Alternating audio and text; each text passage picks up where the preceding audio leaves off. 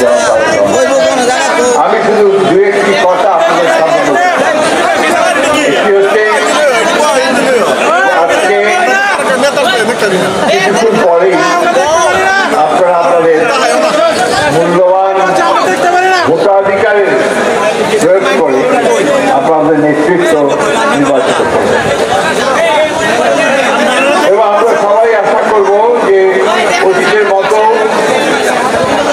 কিশোরগঞ্জের বিএনপি নেতৃবৃন্দ তারা সঠিকভাবেই তাদের ভোটাধিকার প্রয়োগ করবেন এবং সঠিক নেতৃত্বকে নির্বাচিত করবেন। আর দুটি কথা বলতে চাই রাজনৈতিকভাবে, আজকে বিএনপির বিরুদ্ধে একটা প্রচারণা চালানো হচ্ছে একটা বিশেষ মহল। সেই মহলটি চায় যে বিএনপি যেন রাষ্ট্র পরিচালনার জায়গায় আসতে না পারে। কারণ কি হচ্ছে যে বিএনপি জন্ম 47 বছর আগে এবং এই দেশের যিনি স্বাধীনতার ঘোষণা দিয়েছিলেন তিনি প্রতিষ্ঠা করেছিলেন এবং তারপরে এই গণতন্ত্রকে সামনে নিয়ে শহীদ প্রেসিডেন্ট জিয়াউর রহমান বাংলাদেশকে একটা নতুন একটা দর্শন দিয়েছিলেন, বাংলাদেশি জাতীয়তাবাদী দর্শন। তিনি এই জাতীয়তাবাদী দর্শনের মধ্যে বাংলাদেশকে একটা স্বতন্ত্র রাষ্ট্র, স্বতন্ত্র জাতি, সেটা তিনি এই বাংলাদেশের জাতীয়তাবাদের মধ্য দিয়ে পরিষ্কার করে বলেছেন। আমি ডিটেলসে যাব না, বিকেটি বলতে চাই তার 19 দফা কর্মসূচির মধ্য দিয়ে তিনি বাংলাদেশের যে সংস্কার করেছিলেন, একটা একদলীয় শাসন ব্যবস্থা থেকে বহুদলীয় ব্যবস্থায় নিয়ে এসেছেন গণতন্ত্রের ব্যবস্থায়, এটা ছিল একটা যুগান্তকারী পদক্ষেপ। এবং তারপরে অর্থনীতির ক্ষেত্রেও তিনি যুগান্তকারী সংস্কার করেছিলেন। আমরা আমাদের যে অর্থ করি সবচেয়ে বেশি আপনার যে সেক্টরটা কাজ করে আমাদের সেই গার্মেন্টস ফ্যাক্টরি, গার্মেন্টসের সেক্টর, এটা জিয়াউর রহমান নিয়ে এসেছিলেন। আমাদের যে ভাইয়েরা বিদেশে কাজ করে রেমিটেন্স পাঠায়, দেশে ডলার পাঠায়, তারপর ভিত্তি করে আমাদের বর্তমান অর্থনীতি বেঁচে আছে। তিনি শিক্ষা ক্ষেত্রে, স্বাস্থ্য ক্ষেত্রে, কৃষি ক্ষেত্রে যুগান্তকারী ব্যবস্থা গ্রহণ করেছিলেন এবং তার শাহাদাতের পরে দেশের এবং খালেদা জিয়া একই কাজ করেছিলেন। সেটা আমি আপনাদের আগেই বলেছি, আমি রিপিট করতে চাই না। ঠিক একই তারই প্রধান অনুসরণ করে আমাদের আজকে নেতা যিনি এখানে আমাদের সামনে একটু পরে বক্তব্য রাখবেন, তিনি আমাদের সামনে গোটা জাতির সামনে সংস্কারের নতুন কর্মসূচি, এই আন্দোলনের বহু আগেই দিয়েছেন, কারণ আমরা আন্দোলন করছি সেই সময় 31 দফা কর্মসূচি। সেই কর্মসূচির মধ্যেই আমাদের সংস্কারের কথা বলা আছে। সেই 31 দফা কর্মসূচির মধ্যেই আমাদের কক্ষ বিশিষ্ট পার্লামেন্টের কথা বলা আছে, আমাদের 2 বারের বেশি প্রধানমন্ত্রী হতে পারবে না তা বলা আছে, প্রেসিডেন্ট এবং প্রধানমন্ত্রীর যে ক্ষমতা আছে এই ক্ষমতা একটা ব্যালেন্স রক্ষা করার কথা বলা আছে, আমাদের জুডিশিয়াল ফ্রিডমের কথা বলা আছে, আমাদের মিডিয়ার ফ্রিডমের কথা বলা আছে, প্রেস ফ্রিডমের কথা বলা আছে, আমাদের সকল মানুষের সকল যে অধিকার, সমান অধিকার তার কথা বলা আছে। বাংলাদেশকে একটা সত্যিকার অর্থেই অর্থনৈতিক দিক দিয়ে একটা সফল রাষ্ট্রে পরিণত করবার ব্যবস্থা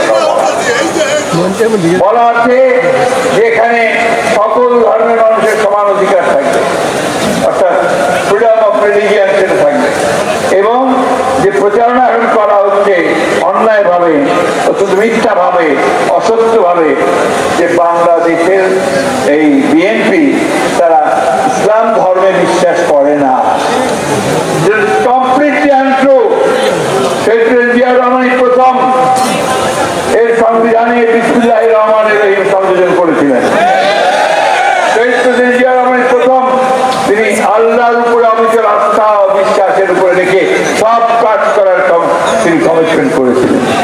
সুতরাং যারা আজকে বলছে তারা সম্পূর্ণভাবে মিথ্যা কথা, অসত্য কথা, জাতিকে বিভ্রান্ত করার কথা বলছে।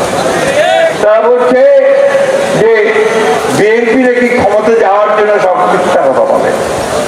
আপনারা তো কিছু মনে করবেন না, এই কথাগুলো আমি বলতে চাইনি, কিন্তু বাধ্য হয়ে আমাকে বলতে হচ্ছে যে আপনারা এই দেশ যেন স্বাধীন না হয় তার জন্য আপনারা কাজ করেছেন, হত্যা করেছেন, গণহত্যার সঙ্গে অংশ নিয়েছেন। কিছু মনে করবেন না, আপনারা এই আওয়ামী লীগের সঙ্গে আঘাত করেছিলেন 1996 সালে বিএনপিকে ক্ষমতা থেকে সরানোর জন্য, এবং আজকে যে বলছেন যে বিএনপি বাণিজ্য করতে পারবে না বলেই পিআর এর কথা বলছে, অথচ আপনারাই কিন্তু বিএনপি সঙ্গে সব সময় ভাগ করে নির্বাচন করেছেন, আসন ভাগ করে। অতীতের কথা ভুলে গেলে চলবে না, এগুলো বাস্তবতা। তাই আজকে হঠাৎ করে আপনারা এই আন্দোলনের প্রথম দিকে আপনাদের আমরা দেখতে পাইনি, সঙ্গত পারি করার কারণে পাইনি।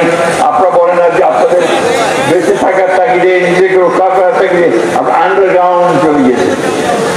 আমরা আন্ডারগ্রাউন্ডের পার্টি নই, আমরা উপরে উঠে থেকে লড়াই করার পার্টি।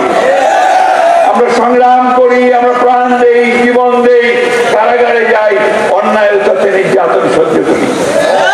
আমাদের ছেলেরা মাকে দেখতে যেতে পারে না, বাবা মরে গেলে তার জানাজায় যেতে পারে না, পায়ে শিকল বেঁধে তাদেরকে নিয়ে যাওয়া হয় জানাজা করতে।